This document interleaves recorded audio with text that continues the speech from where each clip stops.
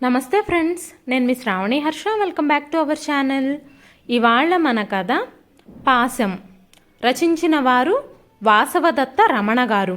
కథని చివరి వరకు వినండి, నచ్చితే లైక్ చేయండి.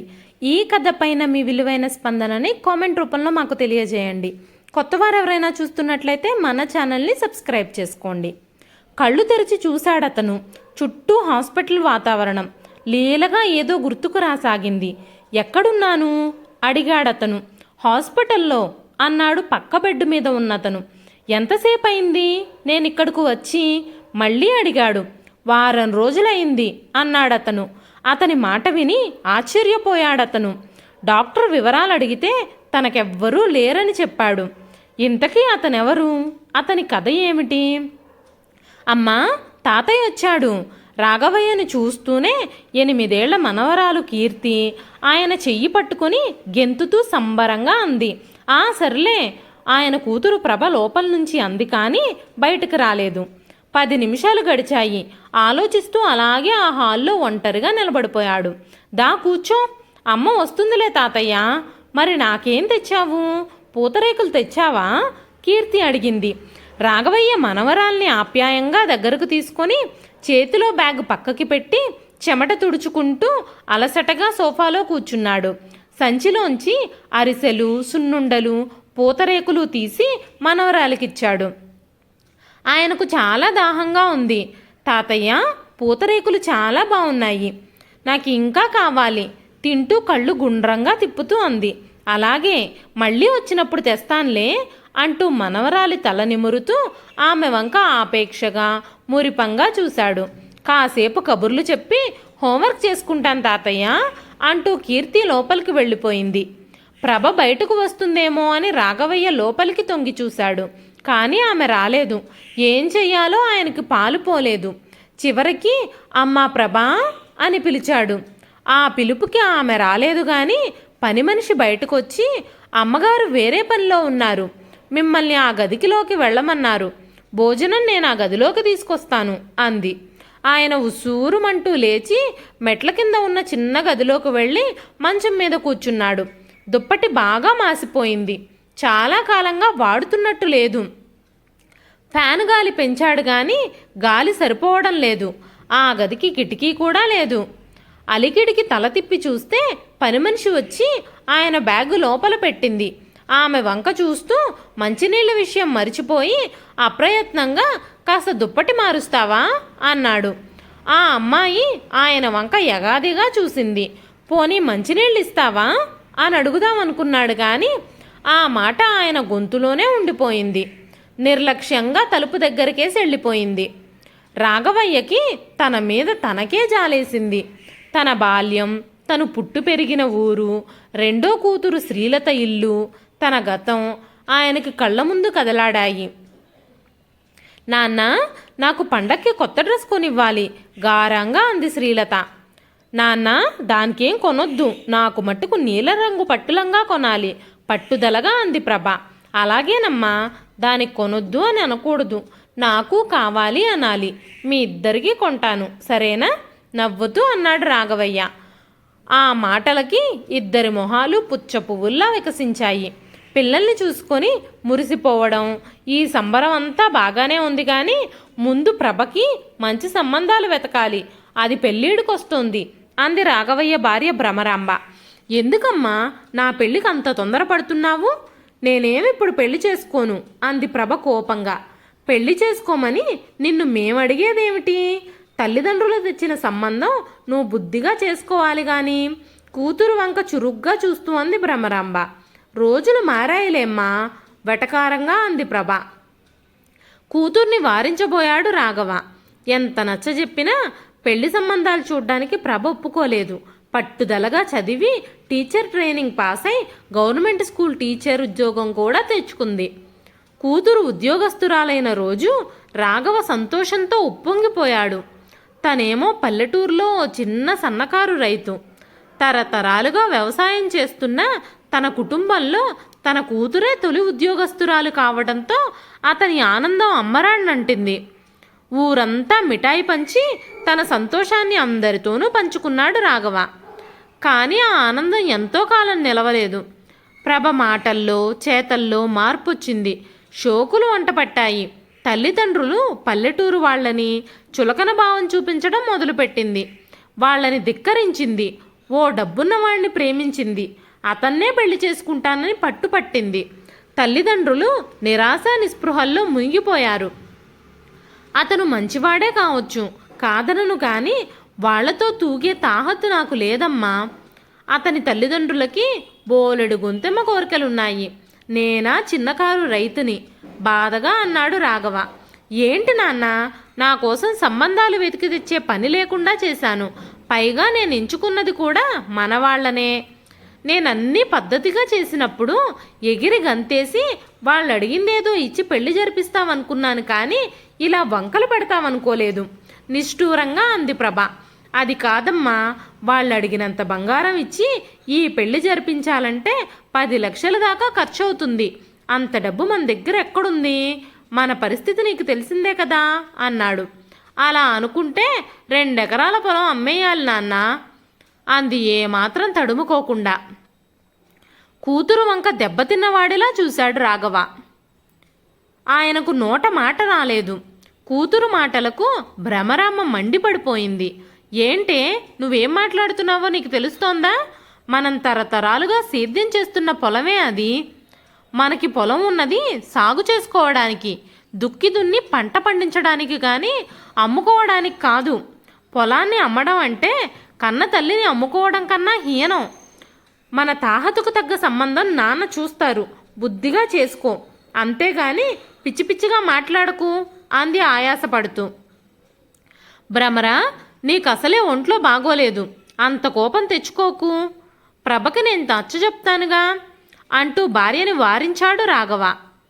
నేను ఎవ్వరి మాట వినదలుచుకోలేదు నాన్న, ఆ అబ్బాయినే చేసుకుంటాను. ప్రభ తల్లిదండ్రుల వంక తిరస్కారంగా చూస్తూ చెప్పింది. ఎంత చెప్పినా ప్రభ వినకుండా మొండికేసింది. చివరికి రాఘవ తనకున్న 6 ఎకరాల పొలంలో 2 ఎకరాలు అమ్మక తప్పలేదు. పెద్దదానికి పెళ్లి ఎలా చేశారో చిన్నదానికి అలాగే చెయ్యాలనడంతో మరో 3 ఏళ్లకు శ్రీలత పెళ్లి కోసం ఇంకో 2 ఎకరాలు అమ్మక తప్పలేదు. కూతుళ్ళ పెళ్లిళ్ళు చేసి హమ్మయ్య బాధ్యతలు తీరాయని ఆనందపడేలోపు భ్రమరాంబ అనారోగ్యంతో కన్ను మూసింది. 60వ పడిలో పడటంతో రాఘవ కాస్త రాఘవయ్య అయ్యాడు. 60 ఏళ్ల వయసులో భార్య లేకుండా ఒంటరి జీవితం గడపటం ఎంత కష్టమో ఆయనకి అనుభవం అయ్యింది. ఇన్నేళ్లుగా పొలానికి వెళ్ళడం, ఇంటికి తిరిగి రావడం ఒకటే రాఘవయ్యకు తెలుసు. ఇంటి పనులు, వంట పనులేమీ ఆయనకు అలవాటు లేదు. రోజులు గడుస్తున్నాయి. పంట కోతకు వచ్చినప్పుడల్లా ఆడపిల్లలు వచ్చి పప్పులు, ధాన్యాలన్నీ మూట కట్టుకు వెళుతుంటారు. రాఘవయ్య అప్పుడప్పుడు వాళ్ళ ఇళ్లకు వెళ్ళొస్తున్నాడు.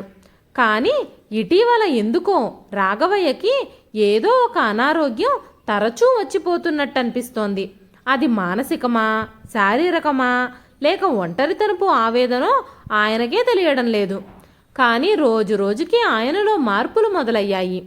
కంటి చూపులో తేడా వస్తోంది. ఇదివరకటిలా పొలానికి వెళ్ళలేకపోతున్నాడు. పోనీ పొలం కౌలుకిద్దామంటే లాభం అంతా పోతుంది. రాఘవయ్యకి రోజులు భారంగా గడుస్తున్నాయి. ఓ రోజు హఠాత్తుగా భర్త, మామగారితో కలిసి తండ్రి దగ్గరకు వచ్చింది ప్రభ. నాన్న, కొత్త ఇల్లు కొనుక్కుందాం అనుకుంటున్నా అంది. సంతోషమమ్మా ప్రభా అన్నాడు రాఘవయ్య. తీసుకున్న లోన్ డబ్బు సరిపోవడం లేదు మామయ్య గారు, మీరు కూడా మాకు కొద్దిగా డబ్బు సాయం చెయ్యాలి అన్నాడు పెద్దల్లుడు. నా దగ్గర డబ్బే ఉందల్లుడు గారు తెల్లబోతూ అన్నాడు రాఘవయ్య. వియ్యంకుడు జోక్యం చేసుకుని 2 ఎకరాల ఆసామి మీరు, మేం నెల జీతం మీద బ్రతికేవాళ్ళం, మీరే అలా అంటే మేం ఇంకేమనుకోవాలి అన్నాడు లౌక్యంగా. బావగారు, నెల పూర్తయ్యేసరికి మీకు జీతాలు చేతికొస్తాయి. అదే మాకైతే వర్షాలు సకాలంలో పడి పంట చేతికందేదాకా తిండికి డబ్బుకి రెండిటికి భరోసా ఉండదు. చివరికి మా జీవితాలకు కూడా భరోసా ఉండదు. ఓ ఏడాది మందు, ఓ ఏడాది విందు అన్నట్టుగా ఉంది మా రైతుల పరిస్థితి నిర్వేదంగా అన్నాడు. నాన్న, ఇన్ని మాటలు ఎందుకు చెప్పు? నీకు ఓపిక లేదంటున్నావు, ఒంట్లో కూడా బాగుండడం లేదు. ఇంక పొలం ఏం సేద్యం చేసుకుంటావు? పెద్దవాడు అవుతున్నావు. నీకు ఉన్నది నేను చెల్లెలే కదా. మా ఇద్దరికి చెరో ఎకరం ఇచ్చేయి. ఓ 6 నెలలు మా ఇంట్లో, ఓ 6 నెలలు చెల్లెలింట్లో ఉండు. నీకు తిండికి కూడా ఇబ్బంది ఉండదు అంది ప్రభ. కూతురు వంక దెబ్బతిన్నట్టుగా చూశాడు రాఘవయ్య. నాన్న, మమ్మల్ని కష్టపడి పెంచావు, చక్కగా చదివించావు, బ్రహ్మాండంగా పెళ్ళిళ్ళు చేసి పంపావు. అమ్మ ఎలాగూ లేదు. ఇక మాకున్న పెద్ద దిక్కు నువ్వొక్కడివే.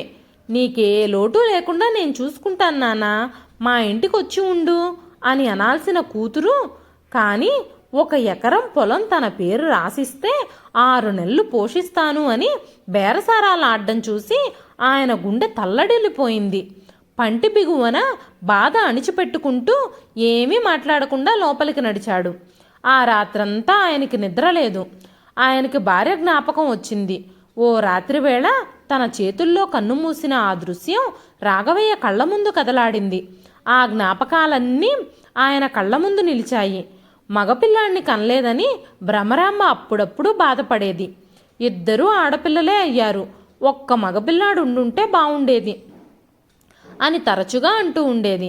ఆడపిల్లలైతే ఏంటి, మగపిల్లలైతే ఏంటి, అందరూ ఒకటేనే అనేవాడు తను. భ్రమరాంబ ఇంక కొద్ది రోజుల్లోనే చచ్చిపోతానని తెలిసినప్పుడు, ఏమండి, మిమ్మల్ని ఒక్కడిని చేసి వదిలేసి వెళ్ళిపోతున్నాను. దేవుడెందుకు ఇలా చేశాడో నాకు తెలియడం లేదండి. నేను వయసులో ఉన్నప్పుడు అందరి ఆడవాళ్లలాగే పుణ్యస్త్రీగా పోవాలని దండం పెట్టుకునేదాన్ని. కానీ పిల్లలు పెద్దవాళ్లై వాళ్ల బుద్ధులు బయటపడ్డాక ఇలాంటి పిల్లల్ని ఎందుకు కన్నానా అని ఏడవని రోజు లేదు. నడి వయసు దాటినప్పటి నుంచి నేను లేకుండా మీకు జరుగుబాటు ఉండదనే విషయం గ్రహింపుకొచ్చాక నేను ఏనాడు ఆ దేవుణ్ణి పుణ్యస్త్రీ చావు కోరుకోలేదండి. కానీ ఆ దేవుడు ఎందుకో నా కోరిక మన్నించలేదు. పిల్లలు చూస్తే ఇలా స్వార్థంగా ఉన్నారు. మీరెలా బ్రతుకుతారో, మీ జీవితం ఎలా గడుస్తుందో ఏమో. నన్ను క్షమించండి, మిమ్మల్ని వదిలెళ్ళిపోతున్నాను అంటూ ఏడుస్తూనే ఉంది. ఆ రాత్రే అలా శాశ్వత నిద్రలోకి జారిపోయింది భ్రమరాంబ. తెల్లవార్లు ఆలోచిస్తూనే ఉన్నాడు రాఘవయ్య. ఆయన కంటి నిండా కన్నీటి దారలే. లేచేటప్పటికీ 2వ కూతురు, అల్లుడు, పిల్లలు దిగారు. ప్రభా, శ్రీలత లోపల బయట చాలాసేపు మంతనాలు చేసుకున్నారు. సాయంత్రానికి ఊళ్ళో బంధువుల్ని, కరణంగారిని ఇంటికి రప్పించారు. తన ప్రమేయం లేకుండా జరుగుతున్న పనులను నిర్వికారంగా చూస్తూ ఉండిపోయాడు రాఘవయ్య. పొద్దున్న వరకు కొంచెం కోపం, ఉక్రోషం, బాధ లాంటివి ఆయనకు కలిగాయి. సాయంత్రానికి మటుకు తానెందుకు ఇలాంటి ఆడపిల్లల్ని కన్నానా, కళ్ల ముందు ఆస్తి కోసం జరుగుతున్న నాటకం చూస్తూ తానెందుకు ఇంకా బ్రతికున్నానా అన్న ఆలోచన ఆయన్ని దుఃఖసాగరంలో ముంచింది. బాధపడకు రాఘవయ్య, పెద్దవాళ్ళమయ్యాక మనకున్న తోడు మనల్ని వదిలి వెళ్ళిపోతే ఇక మనం పిల్లలు చెప్పినట్టు చేసుకుంటూ వెళ్ళడం తప్ప వేరే మార్గం లేదు అంటూ కరణంగారు ఓదార్పుగా అన్నారు. ఆఖరికి 2 ఆడపిల్లలు చెరో ఎకరం తండ్రి చేత బలవంతంగా రాయించుకొని 6 నెలలు ఆయన్ని ఒక్కొక్కరు ఇంట్లో ఉండేటట్టు ఊరి పెద్దల ముందు మాట ఇచ్చి చెరోదోవన వెళ్ళిపోయారు. రాత్రి గడిచేటప్పటికీ నిర్వేదంగా తన గదిలోనే ముడుచుకుని పడుకున్నాడు రాఘవయ్య. తెల్లవారు లేచేటప్పటికీ రాఘవయ్యకి ఏం చేయాలో తెలియలేదు. పొలానికి వెళ్ళాలనిపించలేదు. అది తనది కాదు. తనని వెళ్ళి చూడమని ఎవ్వరూ చెప్పలేదు. వాళ్ళు కౌలుకిస్తారో అమ్ముకుంటారో తండ్రినైనా తనకే తెలీదు. ఊళ్ళో వాళ్ళు అడిగితే ఏం చెప్పాలో అంతకన్నా తెలీదు. కనీసం తలనీడ కోసం ఇప్పటికి ఇల్లుంచారు, రేపది కూడా లేకుండా చేస్తారేమో. ముఖం మీద గుడ్డ కప్పుకొని అలాగే పురుకొస మంచం మీద వాలిపోయాడు. మధ్యాహ్నం పక్కింటి రంగమ్మ తట్టి లేపి అన్నం కూర పళ్ళెంలో పెట్టి అందించింది. 4 రోజులు గడిచాయి. ఏ కూతురు వెళ్ళిపోతూ మా ఇంటికి రా నాన్న అని ఎవ్వరూ పిలవలేదు. ముందు పెద్ద కూతురింటికా, చిన్న కూతురింటికా, ఎవరింటికి వెళ్లాలన్న మీమాంస వచ్చింది రాఘవయ్యకి. మరునాడు లేచి శ్రీలత ఊరు దగ్గర కాబట్టి ముందు అక్కడికే బయలుదేరాడు. ఆయన వాళ్ళింటికి చేరేటప్పటికీ మధ్యాహ్నం 12 దాటింది. రాఘవయ్య మాసిపోయిన పంచ, పెరిగిన గడ్డం చూసి శ్రీలత ముఖం చిట్లించుకుంది. ఏంటి నాన్న, ఏమిటి వేషం? కాస్త శుభ్రంగా తయారై రావచ్చు కదా, చిరాకుగా అంది. ఆయన ఏం మాట్లాడలేదు. దాహంతో గొంతు పిడచకట్టుకుపోయింది. మీ అల్లుడు ఆఫీస్కి వెళ్ళిపోయాడు కాబట్టి సరిపోయింది, లేకపోతే ఎంత నామర్దా. సణుగుతూనే గ్లాసులో నీళ్లు, ప్లేట్లో అన్నం ఆయన ముందు పెట్టింది. మారు మాట్లాడకుండా గబగబా తినేశాడు. మళ్ళీ అన్నం మారు వేస్తుందేమో అని లోపలికి తొంగి చూశాడు. మధ్యాహ్నం టీవీ సీరియల్స్ చూస్తూ శ్రీలత అందులో నిమగ్నమైపోయింది. ఆయనకు ఇంకా ఆకలి వేస్తుంది. తన రాకని స్వాగతించని కూతుర్ని ఇంకా అన్నం పెట్టు అని అడగటానికి స్వాభిమానం అడ్డొస్తోంది. మళ్ళీ ఆయనకే అనిపించింది తను తినే అన్నం తన పొలంలో పండిన వరి బియ్యమేనని. ప్రతి ఏటా తానే 2 ఆడపిల్లలకు బియ్యం బస్తాలు పంపిస్తాను కదా అనుకుని మౌనంగా లేచి వంటింట్లో పళ్ళెం పెట్టి చెయ్యి కడిగేసుకుని, శ్రీలత కొంచెం మజ్జిగిస్తావా అన్నాడు. లేదు నాన్న, నువ్వు వస్తావని నాకు తెలియదు కదా, ఇంట్లో ఉన్న అన్నం అంతా నీకే సరిపెట్టేశాను. పెరుగు తోడుకోలేదు, పెడసరంగా అంది. ఎండలో ప్రయాణం చేసి రావడం వల్ల అలసటగా ఉంది. ఎక్కడ పడుకోను శ్రీలత? చిన్నగా అడిగాడు. ఏంటి నాన్న, తిన్న వెంటనే పడుకుంటావా? అందాక ఆ వాలు కుర్చీలో కూర్చో. టీవీ నుంచి తల తిప్పకుండా నిర్లక్ష్యంగా అంది. చిన్నగా నిట్టూర్చి సంచి ఓ ఆరగా పెట్టి పక్కనే కుర్చీలో వాలాడు. 10 నిమిషాల్లో ఆయనకు గాఢంగా నిద్ర పట్టేసింది. మనవలు స్కూల్ నుంచి వచ్చి తాతయ్య తాతయ్య అని తట్టి లేపుతుంటే మెలకు వచ్చింది రాఘవయ్యకి. తాను తెచ్చిన మిఠాయిలు మనవలికి తినిపించి వాళ్లతో కాసేపు ఆడుకున్నాక భారంగా ఉన్న మనసుకి కాస్త తెరిపి వచ్చిందనిపించింది ఆయనకి. నా మనవల ఇల్లు, నా కూతురి ఇల్లు, తనకున్న ఆస్తిని ఇంటిని సమానంగా ఇద్దరికీ పంచిచ్చాడు. అలా మొహమాటం పడి తనలో తాను బాధపడితే ఎలాగోలా రాజీ పడాలి అనుకుంటూ తనకి తానే సర్ది చెప్పుకున్నాడు. సాయంత్రం ఆఫీస్ నుంచి వచ్చిన అల్లుడు ఆయన్ని పలకరించకుండానే లోపలికెళ్ళిపోయాడు. రాఘవయ్య మనస్సు చివుక్కుమంది.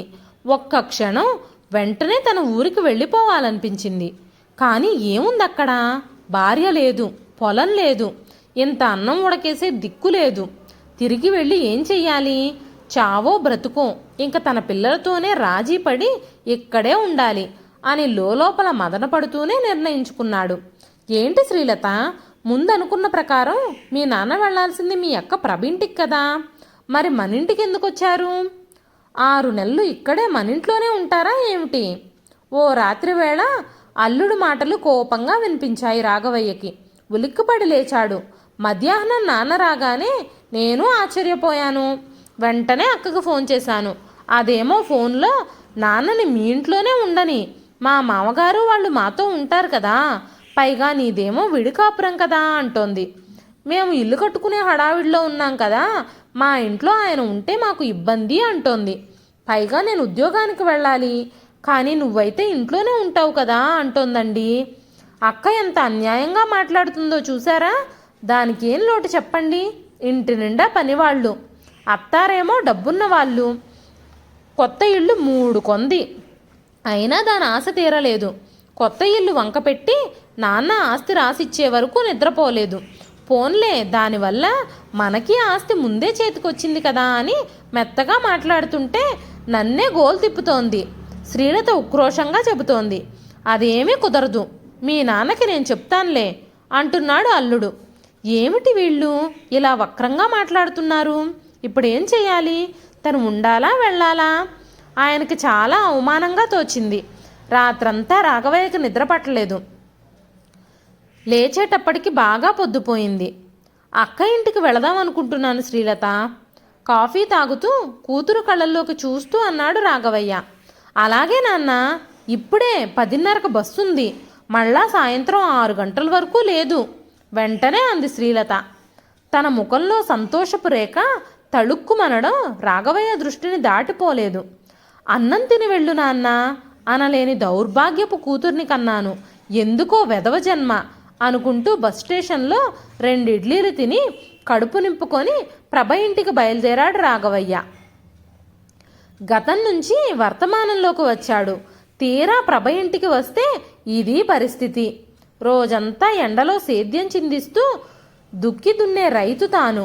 అందరికీ 4 గింజలు పంచడమే తెలుసు కానీ ఎంత విపత్కర పరిస్థితుల్లోనూ ఎవ్వరి ముందు చెయ్యి జాపి అడగని రైతు తాను. 2 కూతుళ్ళు ఏరు దాటి తెప్ప తగలేసినట్టు తనని, తన ప్రేమను, తన ఆస్తిని అంతా వాడుకొని తనని తన్ని తగిలేశారని అర్థమైంది రాఘవయ్యకి.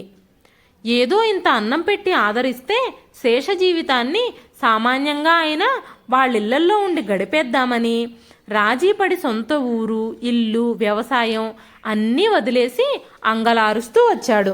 కానీ ఏం జరిగింది? ఏ పాశం కూడా తనని వాళ్ళ దగ్గరకు చేరనీయలేదు. ఆస్తులు పంచుకున్నారు కానీ బాధ్యతలు పంచుకోలేదు. కొడుకులైతే ఏమి, కూతుళ్ళైతే ఏమి, ఈ రోజుల్లో అందరూ ఒకలాగే ఉన్నారు. మరిప్పుడు తనేం చేయాలి? ఇలా ఎంతకాలం తను ఇలా మనసు చంపుకొని బతకాలి? అలా అని తిరిగి తన ఊరెళితే నలుగురు తన పరిస్థితిని చూసి నవ్విపోతారు. ఊరంతా రాఘవయ్య పిల్లలు ఇంత స్వార్థపరులా అని తన పిల్లల్ని కూడా అసహించుకుంటారు. ఏం చేయాలి? ఆయనకేం పాలుపోవడం లేదు, నిద్ర అంతకన్నా రావడం లేదు. రాఘవయ్య నిద్ర లేచేటప్పటికీ ప్రభ, అల్లుడు, కీర్తి అందరూ ఆఫీసులకి, స్కూళ్ళకి వెళ్ళిపోయారు. పని మనిషి కాఫీ ఇచ్చి అన్నం టేబుల్ మీద పెట్టాను, మధ్యాహ్నం తినండి అనేసి లోపలికి వెళ్ళిపోయింది. అలాగే చాలాసేపు కూర్చున్నాడు. స్నానం చెయ్యాలనిపించలేదు, తినబుద్ధి కాలేదు. ఆయన అభిమానం గట్టిగా దెబ్బతింది. తానేమీ యాచకుడు కాదు, ఎవ్వరి మీద ఆధారపడే మనిషి అంతకన్నా కాదు. ఎప్పుడూ కష్టపడి బతకడమే తెలుసు కానీ ఇలా ఒక్కళ్ళ మీద ఆధారపడి ముద్ద కోసం అంగలార్చడం తెలియదు. మరేమిటి జీవితం? కోపంతో, అవమానంతో ఉడికిపోతూ అదాటుగా లేచి బయటకు నడిచాడు. కానీ 4 రోజుల బట్టి నిద్రాహారాలు సరిగ్గా లేకపోవటంతో ఎండ చురుక్కుమని ఒంటికి తగిలేసరికి ఆయనకు కళ్ళు తిరిగినట్లయింది. నడుస్తూ ఓ వీధి దాటాడు, ఇంకో వీధి దాటాడు. కానీ కాసేపటికి నడిచేటప్పటికీ ఇంకా ఒళ్ళు తెలియలేదు. రోడ్డు మీద అడ్డంగా పడిపోయాడు. కళ్ళు తెరిచేటప్పటికీ ఆసుపత్రిలో ఉన్నాడు. చేతులకి, కాళ్ళకి దెబ్బలు బాగా తగిలాయి. తలంతా పెద్ద కట్టుంది. నాకేమైంది? పక్కన వాళ్ళని అడిగాడు. రోడ్డు మీద స్పృహ తప్పి ఒక రాయి తగిలి పడిపోయి ఉంటే హాస్పిటల్లో చేర్చారు అన్నారు. ఎంతసేపు అయింది నేను ఇక్కడికి వచ్చి? వారం దాటింది అన్నారు. నివ్వెరపోయాడు రాఘవయ్య. ఏ ఊరు మీది? మీకోసం ఎవ్వరూ రాలేదేం అడిగారు వాళ్ళు. అంటే నేను ఏమైపోయానో కూడా ఎవ్వరికీ పట్టలేదంటే అక్క దగ్గరున్నానని చెల్లి, చెల్లి దగ్గరున్నానని అక్క అనుకున్నారా ఏంటి? ఇప్పుడు నేనేం చెయ్యాలి? ఏం సమాధానం చెప్పకుండా అలాగే మంచానికి నిస్త్రాణగా అనుకున్నాడు. డాక్టర్ వచ్చి మీ వాళ్ళు ఎక్కడుంటారో చెబితే తెలియపరుస్తాం అన్నాడు.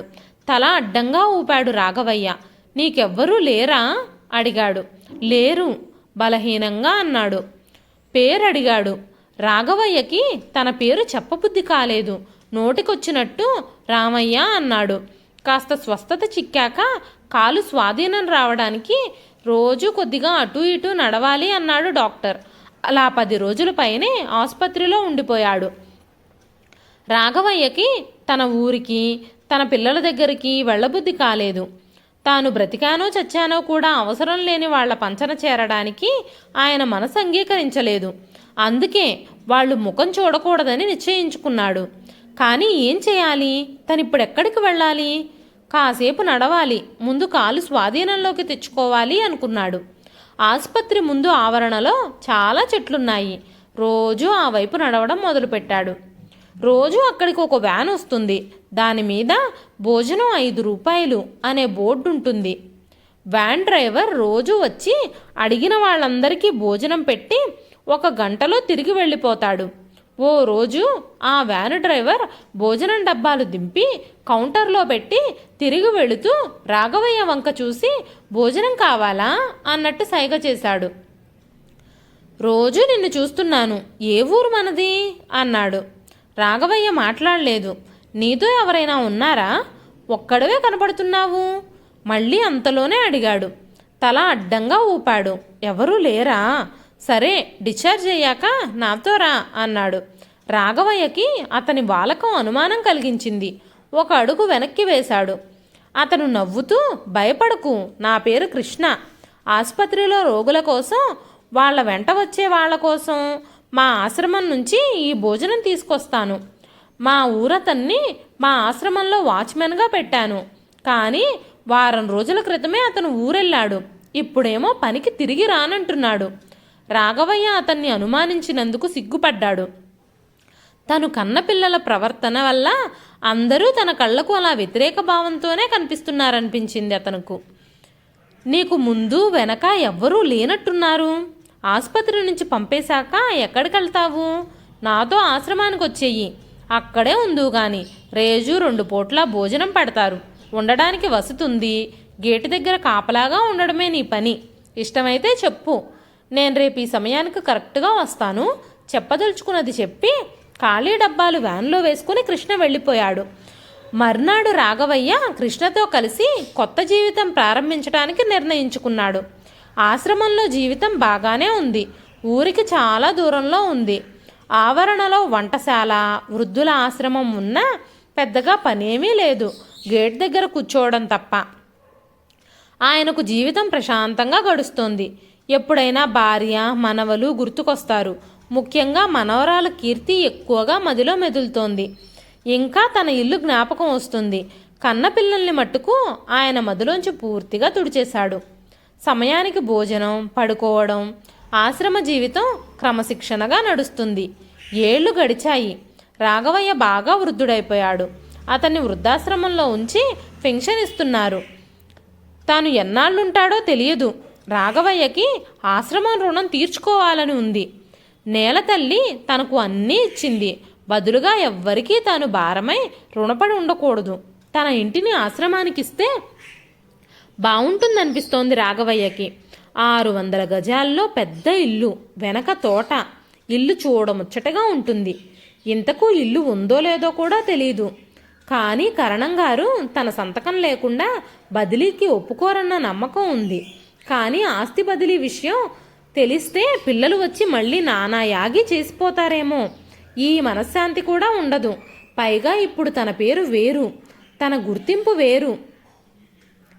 ఏమిటా హడావిడి? రాఘవయ్య అన్నాడు. పొరుగురి కాలేజీ పిల్లలు ఆశ్రమంలోని వాళ్లకు పళ్ళు, స్వీట్సు పంచడానికి వచ్చారు. ప్రతి గదికి వెళ్ళిస్తున్నారు. పక్క గదిలో ఉండే రమణయ్య అన్నాడు. బిలబిలామంటూ పిల్లలొచ్చి పళ్ళు, స్వీట్సు ఇచ్చారు. అందరూ వెళ్ళిపోతుంటే అందులో ఉన్న ఒక అమ్మాయి వచ్చి చటుక్కున రాఘవయ్య చెయ్యి పట్టుకొని, తాతయ్య, నేను కీర్తిని అంది. ఆయనకు గుండె ఒక్కసారి గట్టిగా కొట్టుకుంది. కళ్ళల్లోంచి నీళ్లు ఉబికాయి.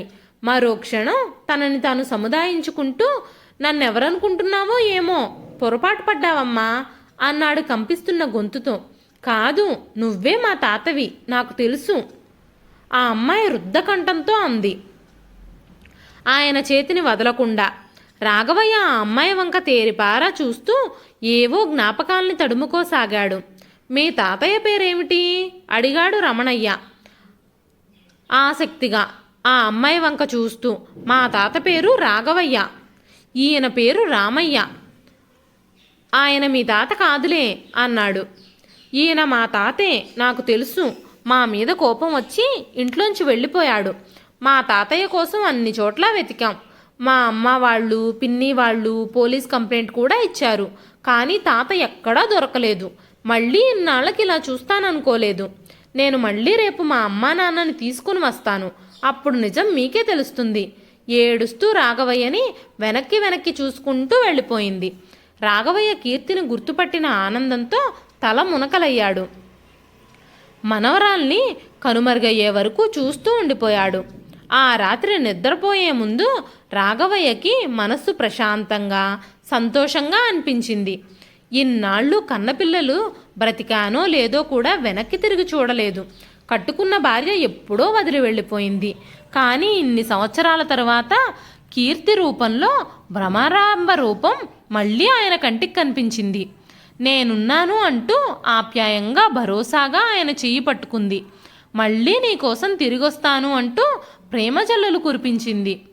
నువ్వే మా తాతవు అంటూ తన భ్రమరాంబ మనవరాలి రూపంలో సంతోషపు మెరుపుల్ని హృదయానికి తాకించింది. కొడిగట్టిన తన జీవితంలో ఆనందపు వెలుగుల్ని విరజిమ్మింది. నాకింక ఏ కోరికలు లేవు అనుకుంటూ ఆయన తృప్తిగా నిద్రపోయాడు. తెల్లవారి రాఘవయ్య నిద్ర లేవలేదు. ఆయన పెదాల మీద చిరునవ్వు చెరగలేదు. రాఘవయ్య ఎడమ చేతిలో తన ఇంటిని ఆశ్రమం పేరిట రాసిన తెల్ల కాగితపు వీలునామా రెపరెపలాడుతుంది. రాఘవయ్య అన్న పెద్ద సంతకం మీద సూర్యకిరణం పడి మెరుస్తోంది. ఆయన కుడి చేతిలో కీర్తి కోసం రాత్రి చీకట్లో వెళ్ళి తీసుకొచ్చిన పూతరేకుల పొట్నం భద్రంగా ఉంది. మనవరాలు తన కోసం తిరిగి వస్తుందన్న భరోసా, ఆ రక్తపాసం వెనక్కి లాగుతుందన్న సత్యం ఆయన చిరునవ్వు వెనక విజయ గర్వంలా తొంగి చూస్తూనే ఉంది. ఇదండి ఈరోజు కథ. ఈ కథ నచ్చితే ఒక లైక్ చేయండి. ఈ కథ పైన మీ విలువైన స్పందనని కామెంట్ రూపంలో మాకు తెలియజేయండి. మరెన్నో ఇలాంటి ఇంట్రెస్టింగ్ కథల కోసం మన ఛానల్ని సబ్స్క్రైబ్ చేసుకోండి. మరొక మంచి కథతో మళ్ళీ కలుస్తానండి. అంతవరకు సెలవు.